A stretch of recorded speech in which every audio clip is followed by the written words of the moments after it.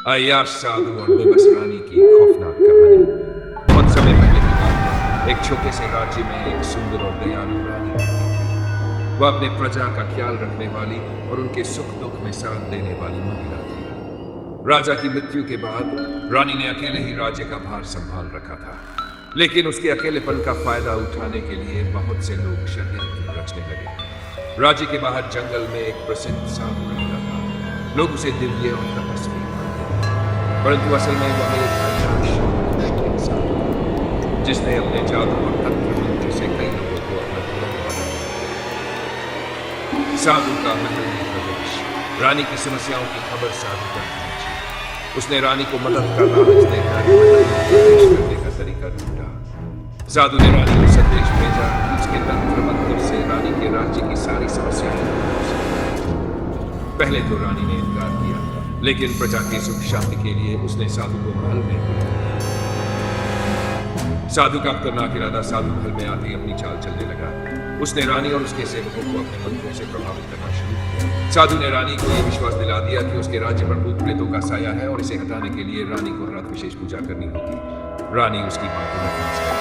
पूजा के दौरान साधु धीरे धीरे रानी को अपने नियंत्रण में लेने लगा। उसने महल में एक अजीब सा हवन कुंड बनवाया, जहां रात के समय डरावनी आवाजें और परछाइयां नजर आने लगी।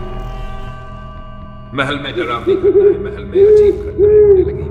रानी के सेवक अचानक बीमार पड़ने लगे या गायब हो जाते। रात को महल में खून बहता।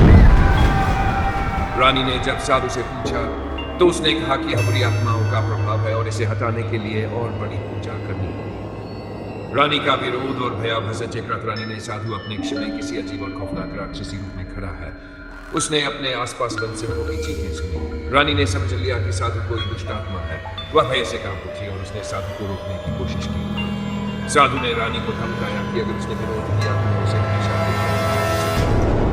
रानी ने उस रात चुपचाप साधु की मानी, लेकिन उसने महल की गुप्त सुरंग से भागने का मन बनाया। अंतिम रात की खौफनाक घटना।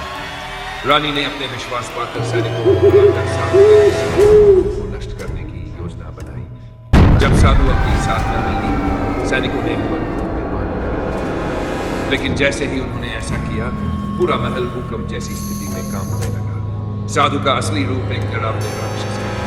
उसने जोर जोर से चिल्लाकर कहा, तुम सबने मेरी शक्ति नष्ट कर दी है, लेकिन मैं तुम्हें कभी चैन से नहीं जीने दूंगा। इसके बाद साधु ने खुद को आग के कुंड में समा लिया, लेकिन जाते जाते उसने एक शाप दिया कि इस महल में रहने वाला कोई भी व्यक्ति शांति से नहीं रह पाएगा।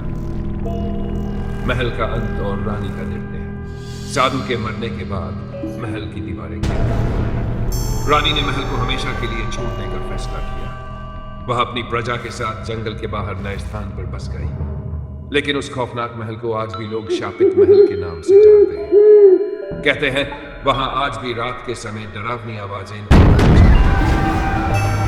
जो कोई भी उस महल के करीब जाता है उसे अजीबोगरीब अनुभव होते हैं। सब यह कहानी हमें सिखाती है कि हर किसी पर आंख मूंद कर भरोसा नहीं करना चाहिए, खासकर उन लोगों पर जो खुद को दिव्य या असाधारण शक्तियों का दावा करते हैं।